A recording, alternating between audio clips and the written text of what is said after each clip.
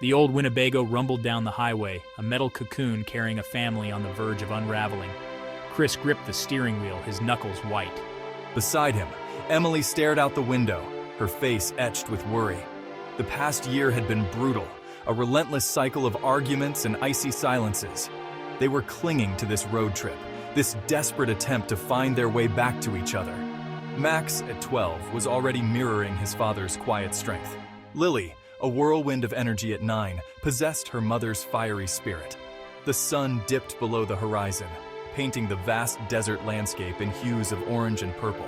The vastness was both terrifying and exhilarating. It mirrored the turmoil in their hearts. They were venturing into the unknown, hoping to outrun their demons. Little did they know, a different kind of darkness awaited them. The engine sputtered, coughed, and died. Silence descended, heavy and absolute, broken only by the whisper of the wind. They were stranded. Chris tried the ignition again and again, but the engine wouldn't turn over. Frustration gnawed at him. "Don't worry," he said, forcing a reassuring smile at Emily and the kids. "Just a minor hiccup." But his words rang hollow even to his own ears. They were in the middle of nowhere, miles from the nearest town. The sun had vanished, leaving them in a darkness so complete it felt like a physical presence. "What's that?" Lily asked, her voice small. She pointed to a weathered sign half hidden in the gloom. Chris squinted through the darkness. "Danger abandoned military zone. No trespassing." They were trapped, not only by their broken-down RV, but by something far more sinister. The first night was the longest of their lives. Every creak of the RV, every gust of wind that rattled the windows, sent shivers down their spines.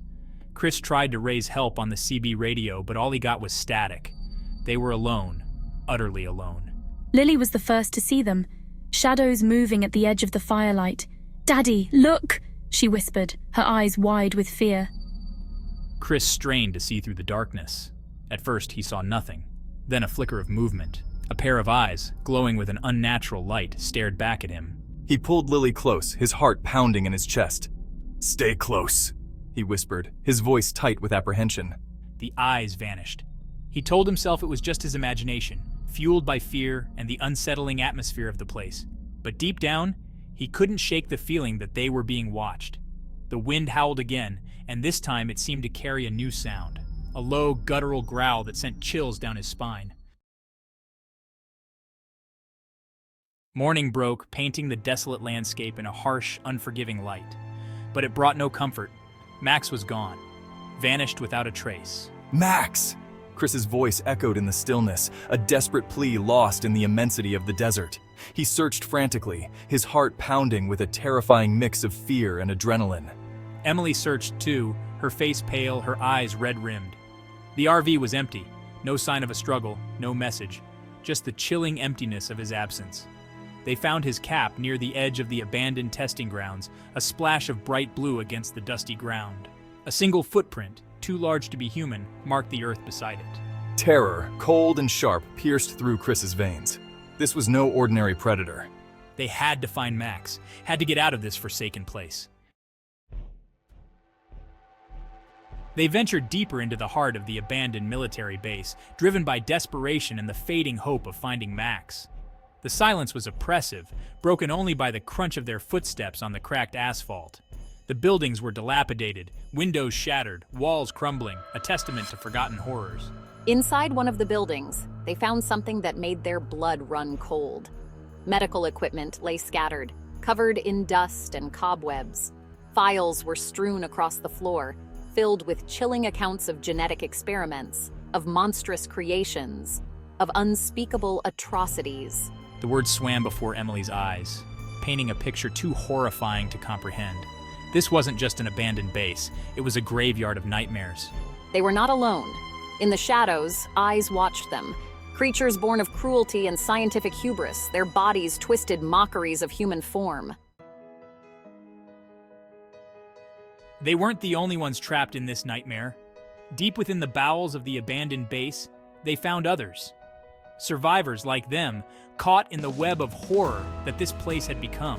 There was Sarah, a doctor who had come looking for answers, only to find herself face to face with the monsters she thought existed only in nightmares. And John, a grizzled survivalist who had seen too much, lost too much, but still clung to a sliver of hope. And there was hope, flickering like a fragile flame in the darkness. They shared their stories, their fears, their grief, and in that shared vulnerability, they found strength. Strength in numbers, strength in their common humanity. They would not be victims. They would fight. They would escape this nightmare together, or die trying. His words were a lifeline, a beacon of hope in the encroaching darkness. They had a plan now. A desperate gamble, but it was their only chance. The plan was audacious, bordering on suicidal, but it was their only hope. We'll use the old military vehicles, left to rust in the desert sun, to punch a hole through the perimeter fence. It's a long shot, but we have to try. Every spare moment was spent scavenging for supplies, for fuel, for anything that could give them an edge in the fight to come. They worked with a desperate intensity, fueled by adrenaline and the knowledge that their lives depended on it. Daddy, are we going to be okay? We will, sweetheart. We have to be strong and stick together. The mutants were getting bolder, their attacks more frequent, their hunger growing with each passing day. Chris found himself looking at his wife and children, really looking at them, for what felt like the first time in years. He saw their strength, their resilience, their unwavering love for each other. I'll protect you, I promise. The air crackled with tension as they made their final preparations. They were going to fight their way out of this hellhole. The roar of the engine shattered the stillness, a defiant roar against the oppressive silence of the abandoned base. The truck, a battered relic of a forgotten war, lurched forward, its headlights cutting through the darkness. Hold on tight, everyone. This is it. They raced across the barren landscape, the wind whipping at their faces, the taste of freedom bittersweet on their tongues. Behind them, the creatures stirred. Drawn by the noise, enraged by their defiance, they gave chase. Their howls echoed across the desert, a chilling symphony of rage and hunger. Chris, they're getting closer! The truck hit a bump, sending a jolt through Chris's spine. He gripped the steering wheel tighter, his knuckles white with tension. Beside him, Emily held Lily close, her eyes fixed on the road ahead. Just a little further. We can make it. In the back, John returned fire with a shotgun, his face grim, his movements precise. They were fighting for their lives, for their families, for the right to see the sun rise again. The fence loomed before them, a metal barrier between them and freedom. Chris slammed his foot down on the accelerator, pushing the engine to its limits. The truck surged forward, crashing through the fence in a shower of sparks and twisted metal. We did it! We're free! But their ordeal was far from over. The creatures were still on their trail, their howls echoing in the night. And they were not the only ones who knew the truth about the experiments, about the monsters that lurked in the shadows.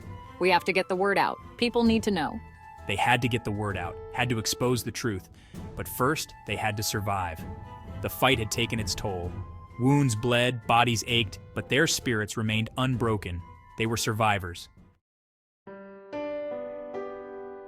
They emerged from the desert, blinking in the sunlight, forever marked by their ordeal. The world looked different now, sharper, more vivid. They had stared into the abyss and emerged, forever changed. The scars they carried were not just physical. They were etched deep within their souls, a reminder of the darkness that lurked beneath the surface of their world. We owe it to Max, to all those lost, to make sure the world knows the truth. The fight to expose the truth was long and arduous, but they refused to be silenced. They owed it to themselves, to Max, to all those who had been lost in the darkness. We've been through so much, but we're stronger now. We have each other. They had found each other again amidst the terror and chaos. Their family, once fractured, was now stronger than ever, bound together by the shared experience of survival. We're survivors, right? Yes, Lily. We're survivors, and we'll never forget. They were survivors, and they would never forget.